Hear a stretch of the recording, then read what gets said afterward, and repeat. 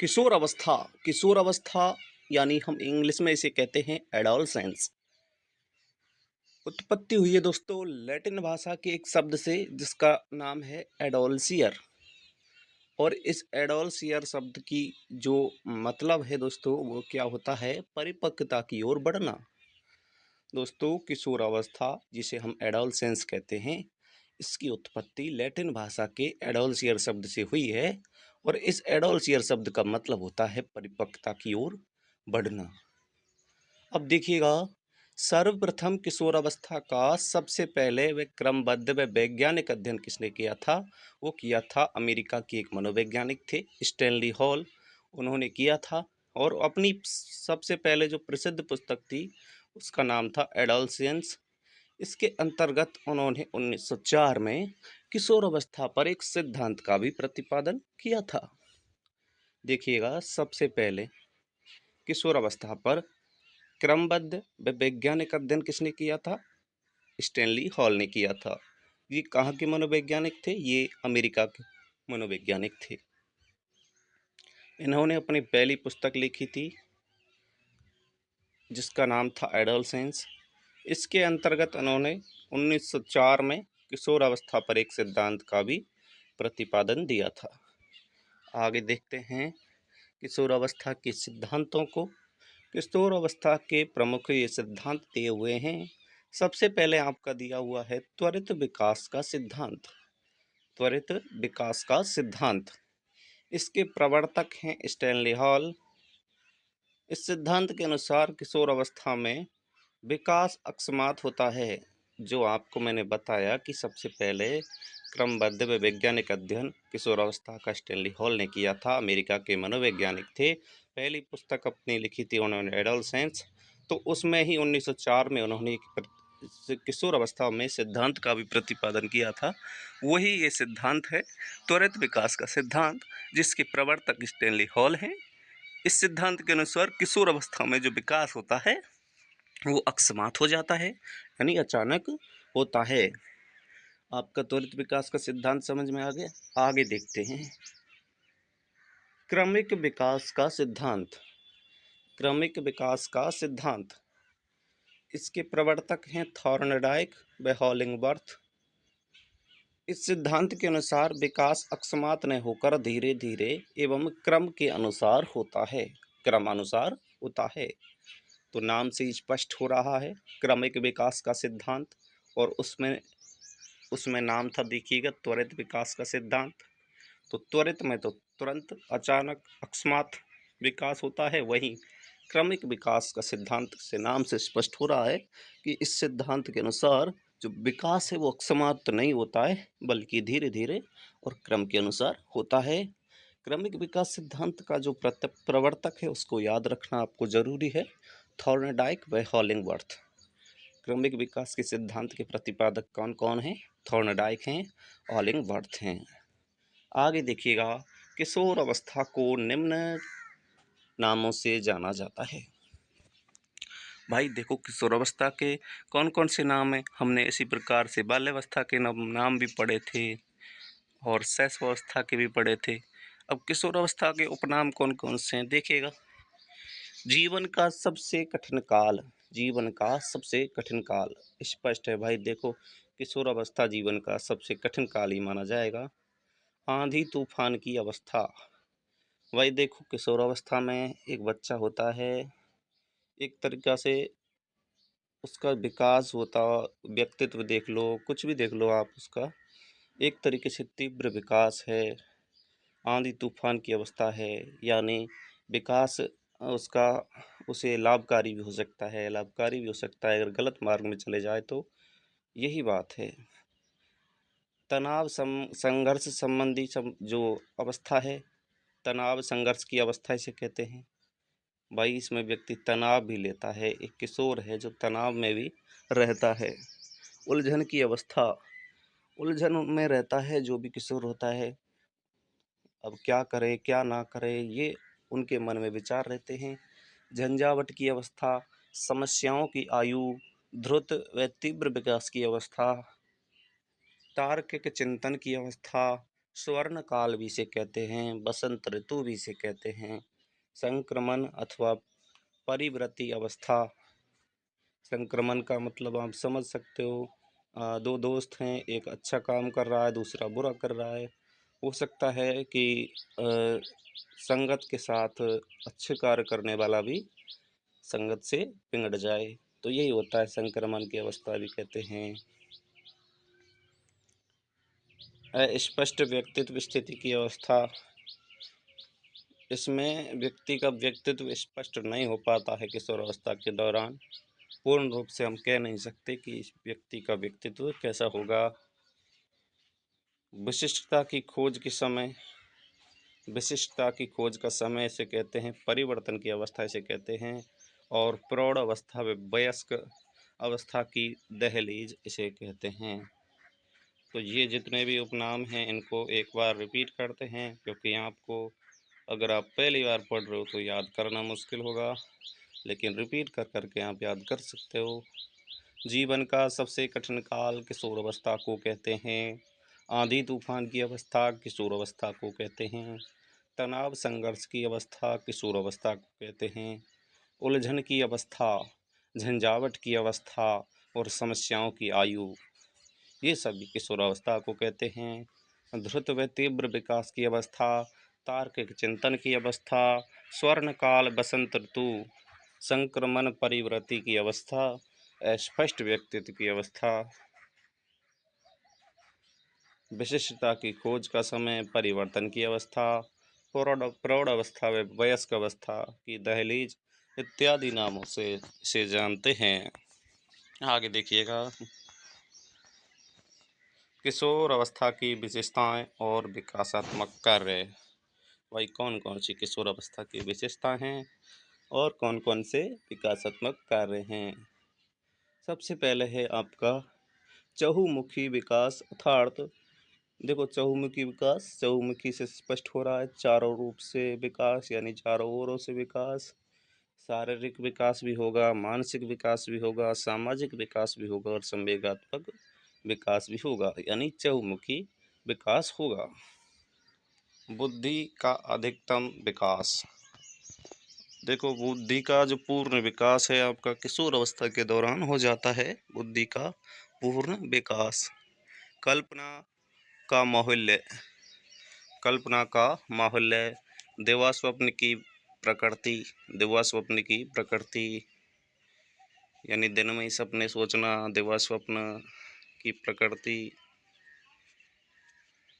पूजा नायक की प्रवृत्ति, किसी के आचरण ग्रहण की प्रवृत्ति, यानी अगर एक किशोर है और वो किसी आदमी को नायक समझता है यानी हीरो समझता है, वीर पूजा वो जिसे कहते हैं, मतलब खुद है, अगर कोई किसी व्यक्ति से वो प्रेरित हो रहा है, उसको हीरो मान रहा है, नायक समझ रहा है, तो वो जो प्रकृति है, प्रवृत्ति पाई जाती है, वो उनके आचरण में ग्रहण करने की जो प्रवृत्ति है, यानी एक हीरो है वो क्या कर रहा है, उनके आचरणों को ग्रहण करना, मतलब यही प्रवृत्ति हो जी आपकी वीर पूजा की या नायक की पूजा की प्रवृत्ति।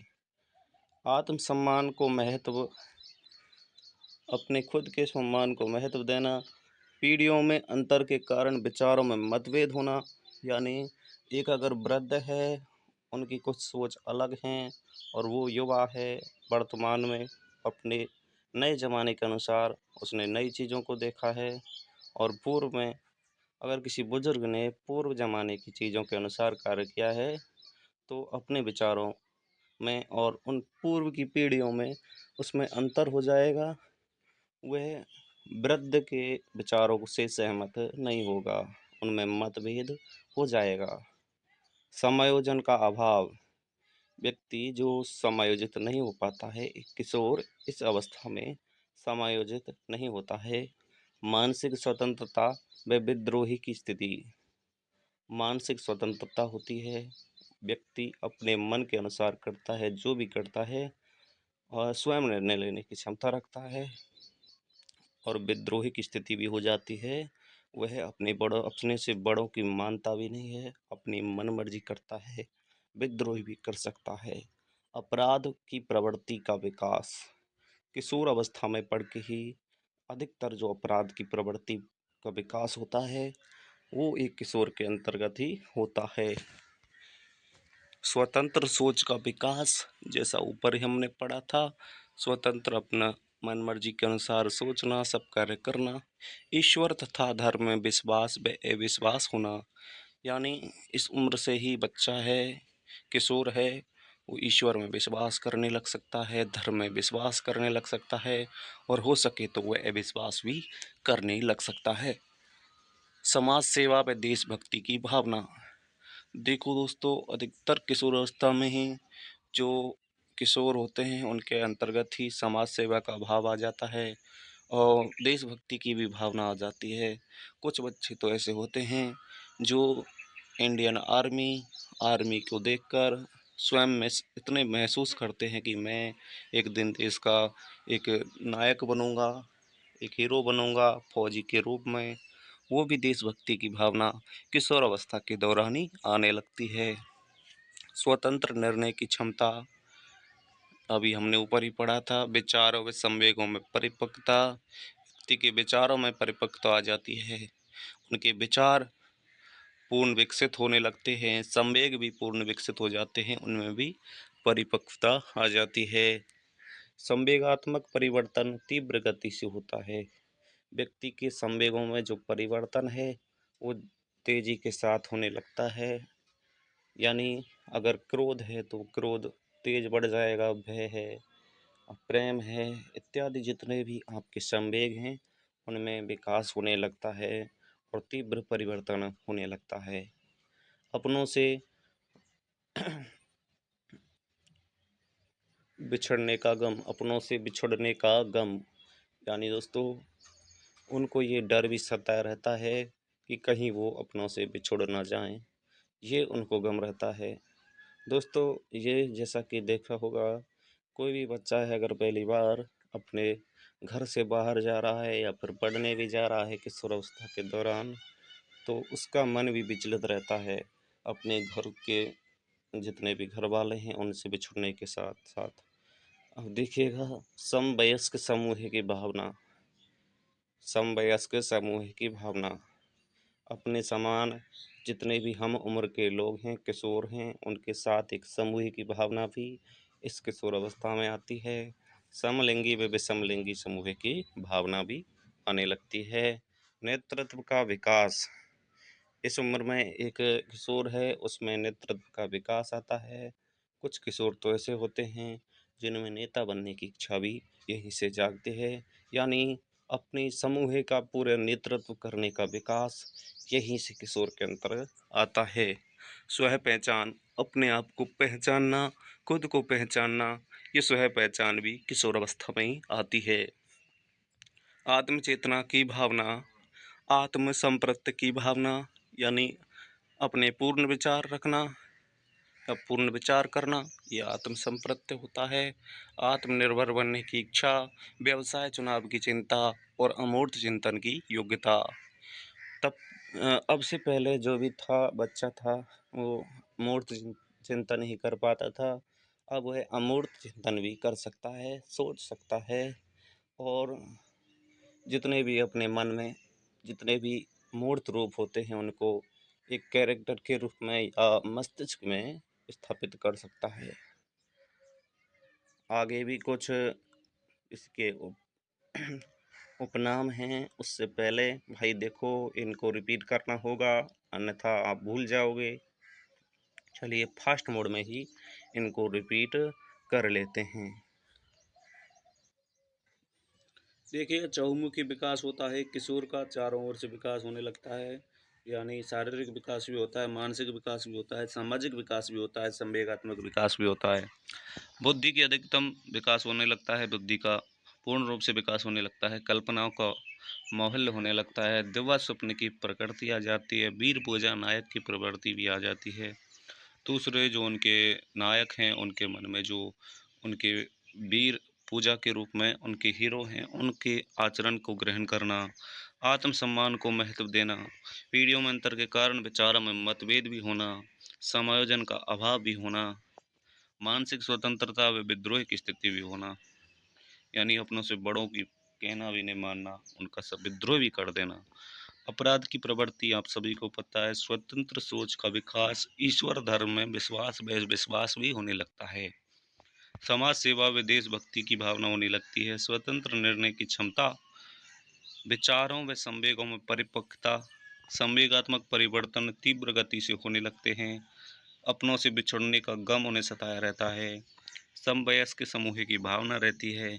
समलिंगी व विषमलिंगियों का समूह की भावना होती है। नेतृत्व का विकास होता है। नेता बनने की इच्छा होती है। स्व पहचान होती है।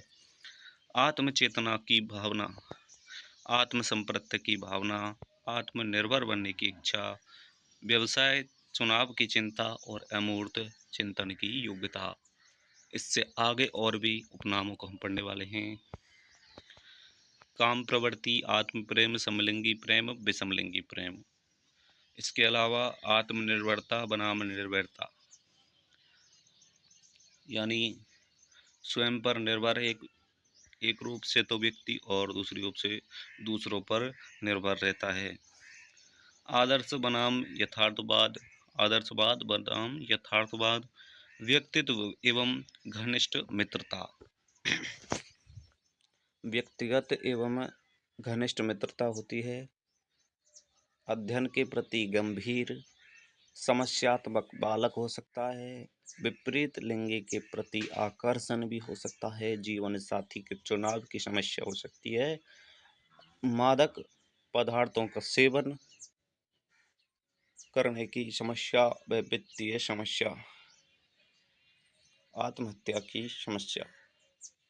दोस्तों, ये जितनी भी विशेषताएं हैं किशोर अवस्था की, हमने कुल 37 विशेषताएं पढ़ी हैं और काफ़ी इम्पोर्टेंट हैं ये 37 हो गए 37 विशेषताएं।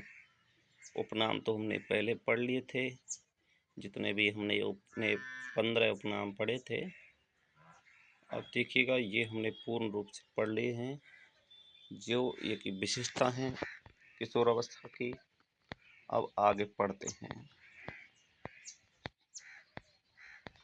आगे देखिएगा, किशोर अवस्था पर जो कथन कहे गए हैं प्रमुख मनोवैज्ञानिकों ने, उन कथनों पर एक बार चर्चा कर लेते हैं। स्टैनली हॉल ने क्या कहा है? किशोर अवस्था प्रबल दबाव, तनाव व तूफान व संघर्ष का काल है। स्टैनली हॉल के अनुसार किशोर अवस्था प्रबल दबाव, तनाव, तूफान व संघर्ष का काल है। या दूसरी परिभाषा विधि हुई है, किशोर अवस्था में जो शारीरिक, मानसिक व संवेगात्मक परिवर्तन होते हैं वे अकस्मात होते हैं। इनके जो भी सिद्धांत था, त्वरित विकास का सिद्धांत, उसके अनुसार एक परिभाषा है, याद कीजिएगा। दूसरी परिभाषा एक और है, देखिएगा, किशोर अवस्था एक नया जन्म है क्योंकि इसी में उच्चतर व श्रेष्ठतर मानव विशेषताएं प्रकट होती हैं। किशोर अवस्था एक नया जन्म है क्योंकि इसी में उच्चतर व श्रेष्ठतर मानव विशेषताएं हैं, वो स्पष्ट होने लगती हैं। अब वैलेंटाइन ने क्या परिभाषा दी है किशोर अवस्था के बारे में, देखिएगा। व्यक्तिगत एवं घनिष्ठ मित्रता किशोर अवस्था की विशेषता है। विशेषताओं में हमने पढ़ा था, एक व्यक्तिगत व घनिष्ठ मित्रता, ये किशोर अवस्था की एक विशेषता होती है। और दूसरी है परिभाषा, किशोर अवस्था अपराध प्रवृत्ति के विकास का नाजुक समय है।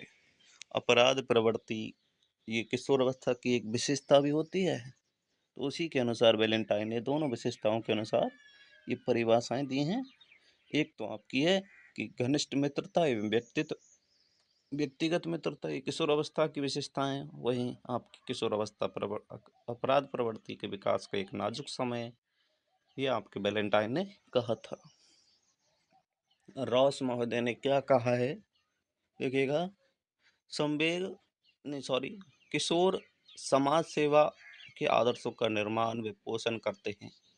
जितने भी किशोर होते हैं किशोर अवस्था की किशोर, वे समाज सेवा व आदर्शों का निर्माण व पोषण करते हैं।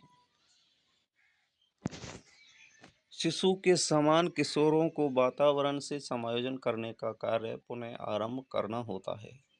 इस प्रकार एक शिशु होता है, उसी के समान किशोर को भी वातावरण से समायोजन करने के लिए पुनः कार्य करना होता है। ये रॉस की परिभाषा है। अब जॉन्स की परिभाषा देख लेते हैं, फिर किलपैट्रिक की देखेंगे, उसके बाद रिपीट करेंगे, फिर आगे बढ़ेंगे। देखिएगा जॉन्स ने क्या कहा है। किशोर अवस्था शैशवावस्था की पुनरावृत्ति है। किशोर अवस्था शैशवावस्था की पुनरावृत्ति है।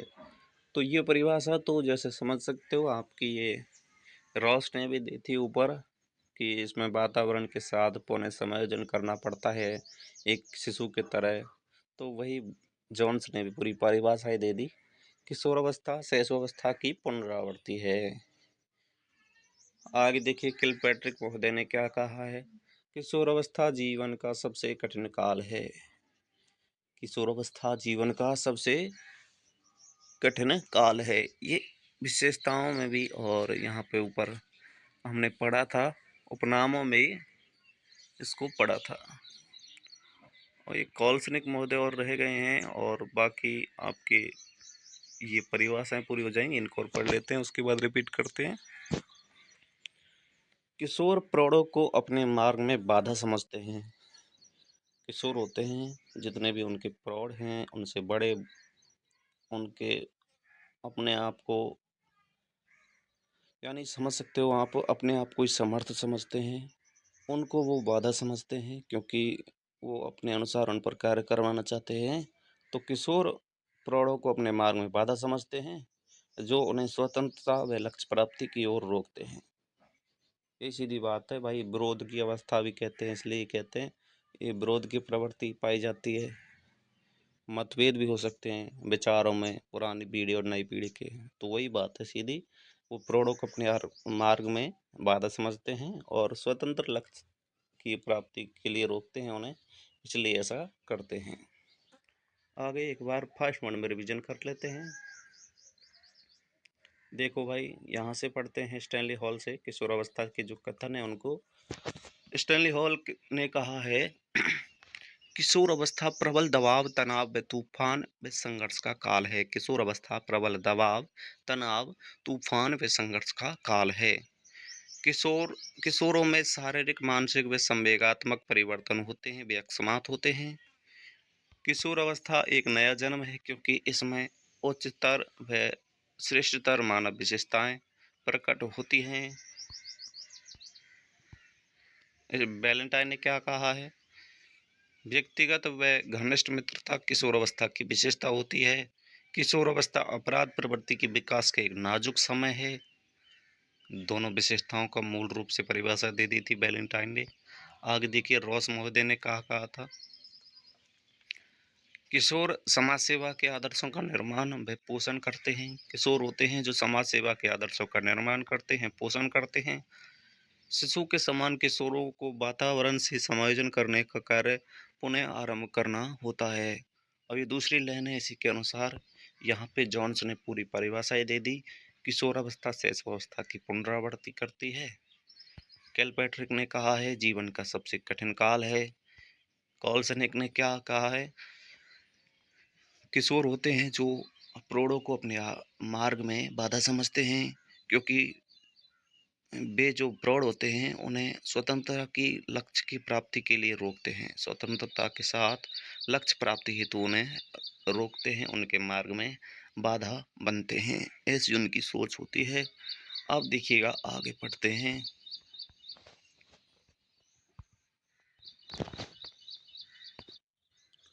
विकास के सिद्धांत। देखिएगा बहुत सारे आपके विकास के सिद्धांत हैं। ये आपका सबसे इम्पोर्टेंट यहाँ पे चैप्टर होने वाला है, विकास के सिद्धांत।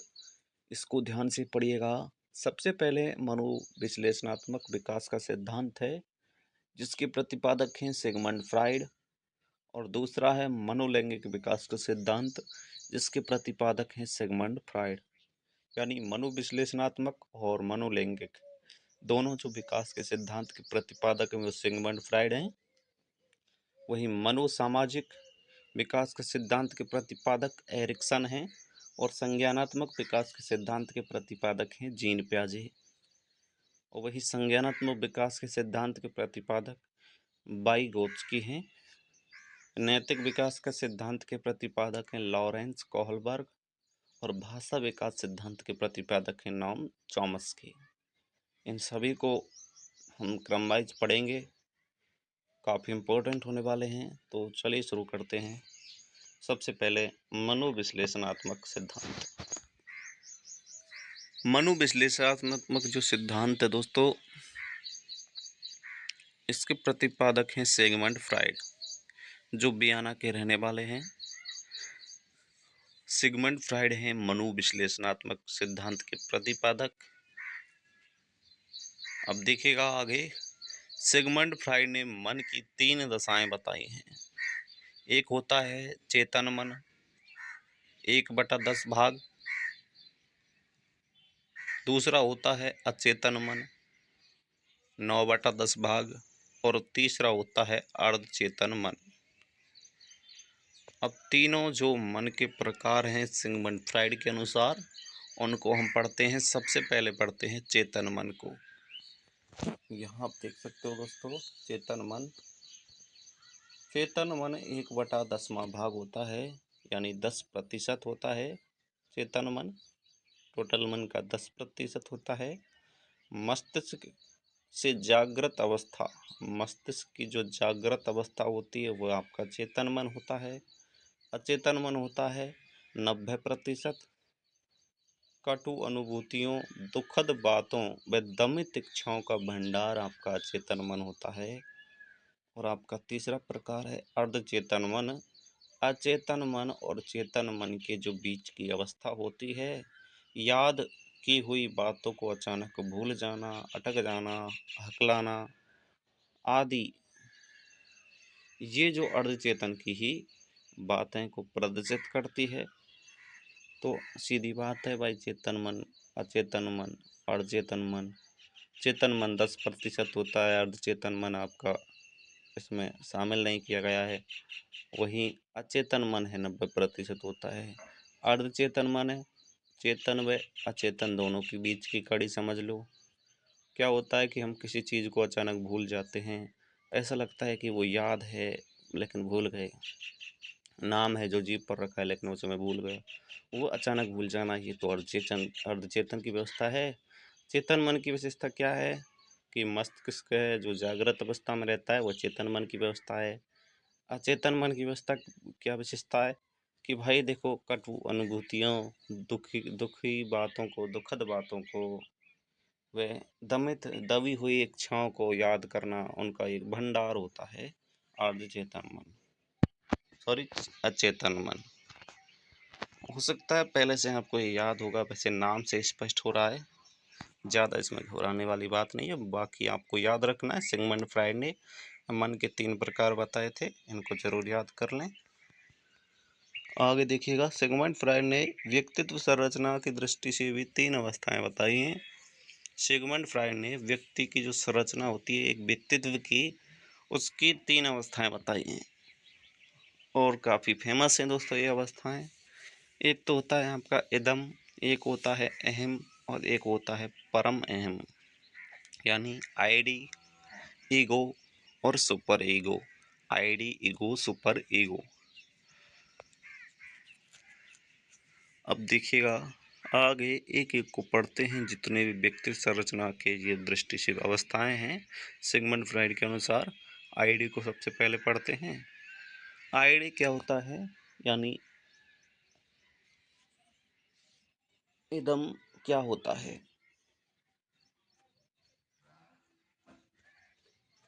देखिएगा, इसे सुखवादी सिद्धांत के नाम से भी जाना जाता है। यह इच्छाओं का भंडार गृह है। इसका संबंध अचेतन मन से होता है। अनैतिक व अपराध कार्य इसी अवस्था में होते हैं। यह अवस्था व्यक्ति को कुसमायोजित कर सकती है। यह अवस्था व्यक्ति को कुसमायोजित कर सकती है, क्योंकि इसका सीधा संबंध किस मन से होता है, अचेतन मन से होता है। अचेतन मन की विशेषता हमने बताई थी, दमित इच्छाओं का भंडार, दुखी बातों का भंडार इत्यादि, वो है आपका अचेतन मन होता है। तो इसमें क्या होता है, ये सुखवादी सिद्धांत के नाम से भी जाना जाता है। यह इच्छाओं का भंडार गृह है, इसका संबंध अचेतन मन से है, क्यों और इसमें जो नैतिक व अनैतिक अपराध कार्य इसी अवस्था में होते हैं। यह अवस्था व्यक्ति को समायोजित कर सकती है। ये आपका इदम है यानी आईडी है।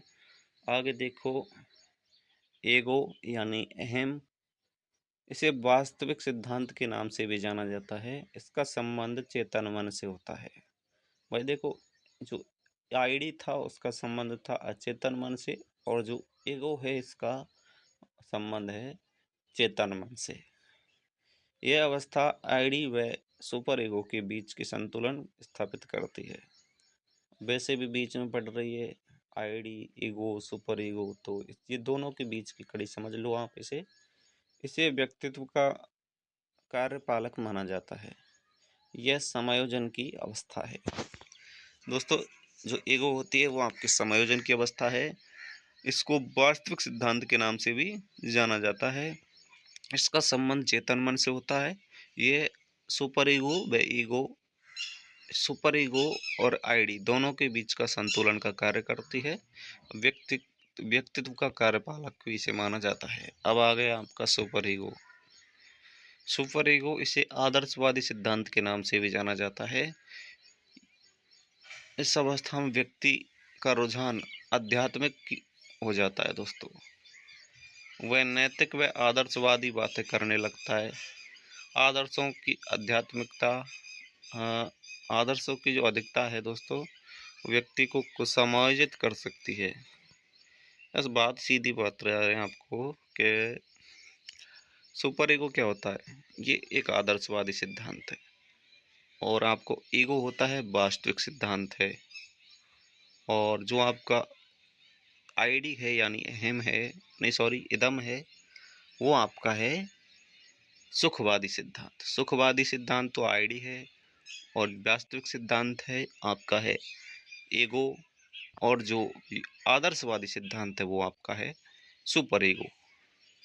इस अवस्था में व्यक्ति का रुझान आध्यात्मिकता की ओर हो जाता है। व्यक्ति है जो आध्यात्मिक हो जाता है, वह नैतिक व आदर्शवादी बातें करने लगता है। यानी इसमें नैतिक गुणों की भरमार होती है, नैतिकता की भरमार होती है, आदर्शवाद होता है। आदर्शों की अधिकता की होने के कारण एक व्यक्ति है वो कुछ समायोजित भी हो सकता है। अब देखिएगा, यहाँ से जो इम्पोर्टेंट क्वेश्चन एक बन रहा है, को समायोजन के लिए जिम्मेदार है। भाई देखो, आईडी, ईगो और सुपर ईगो, इन तीनों की अधिकता या खाली सुपर ईगो, कौन सा है बताइएगा। तो इसका आंसर है दोस्तों, सबसे ज़्यादा जिम्मेदार है आपका सुपर ईगो, और उसके बाद है आपका आईडी, और ईगो आपका जिम्मेदार नहीं है। सिगमंड फ्राइड ने दो मूल प्रवृत्तियां बताई हैं। यहाँ से आगे सिगमंड फ्राइड को भी हम आगे उनकी जो मूल प्रवृत्तियां उनको भी पढ़ेंगे।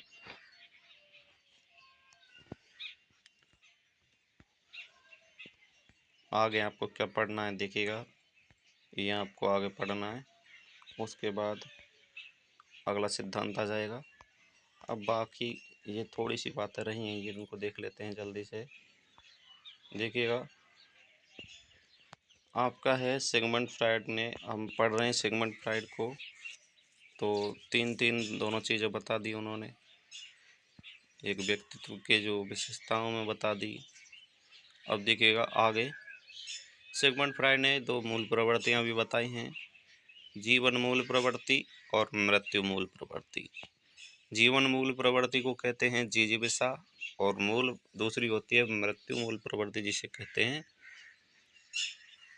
मूर्मर्षा। ठीक है। अब देखिएगा, ये तो आपको बस याद रखना है। स्वमोह क्या होता है, जिसे हम कहते हैं नार्सिज्म। नार्सिज्म क्या होता है, अपने आप में मस्त रहना, अपने आप में प्रेम करना, यही बात होता है आपका नार्सिज्म। स्वमोह, अपने आप में खोए रहना, मस्त रहना, खुद को खुद ही प्रेम करना स्वयं मोह होता है। नाम से स्पष्ट हो रहा है, ज़्यादा गहराई में जाने की जरूरत नहीं है। ऑडिपस क्या होता है? ऑडिपस जिसे हम कहते हैं इलेक्ट्रा ग्रंथि। सिगमंड फ्रायड ने लड़कों में ऑडिपस ग्रंथि होने के कारण वे अपनी माँ से अधिक प्रेम करते हैं, जबकि लड़कियों में इलेक्ट्रा ग्रंथि होने के कारण वे अपने पिता से अधिक प्रेम करती हैं। सीधी बात है भाई, देखो जो लड़के होते हैं उनमें तो ऑडिपस ग्रंथि पाई जाती है। ऑडिपस ग्रंथि की अधिकता होने के कारण वो अपने माँ से अधिक प्रेम करते हैं। वहीं इलेक्ट्रा ग्रंथि होती है वो लड़कियों में पाई जाती है, तो इसी के कारण वो अपने पिता से अधिक प्रेम करती हैं। अब क्या है लिबिडो? सिगमंड फ्रायड ने काम प्रवृत्ति को लिबिडो कहा है। उनके अनुसार एक स्वाभाविक प्रवृत्ति होती है। यदि इस प्रवृत्ति का दमन करने की कोशिश की जाए तो व्यक्ति को समायोजित हो जाता है। लिबिडो काम प्रवृत्ति की इच्छा, तीव्र इच्छा। लिबिडो आपका काम, यह आपका सिगमंड फ्रायड ने बताया है काम प्रवृत्ति। अगला है शैशव कामुकता।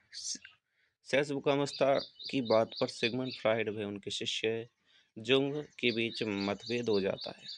दोस्तों, शैशव कामुकता की जो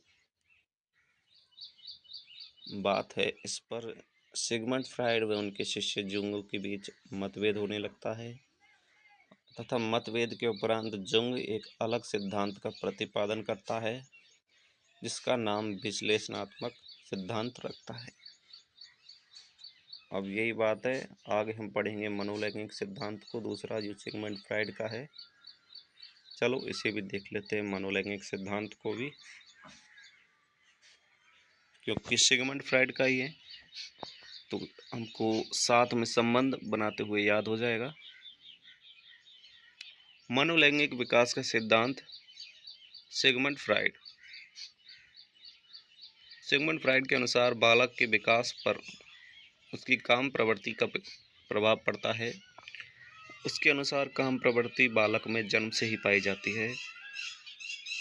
भिन्न भिन्न अवस्थाओं में इसका स्वरूप अलग अलग होता है। इस आधार पर मनोलैंगिक विकास के सिद्धांत को 5 अवस्थाओं के द्वारा समझा जा सकता है। देखिएगा, पहला है आपका मुख्य अवस्था। इसकी जो एज होती है वो जन्म से लेकर 1 वर्ष तक मानी जाती है।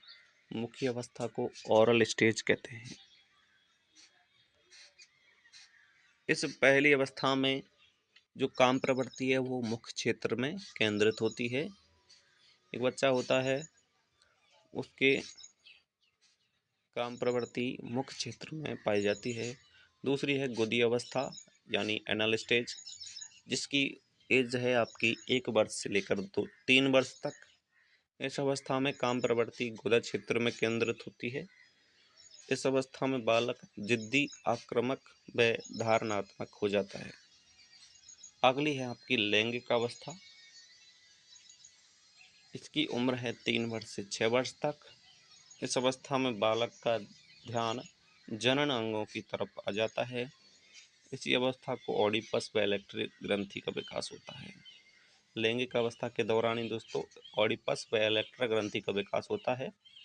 यह आपकी तीसरी अवस्था है जिसकी एज है 3 वर्ष से 6 वर्ष तक। चौथी अवस्था है अदृश्य अवस्था।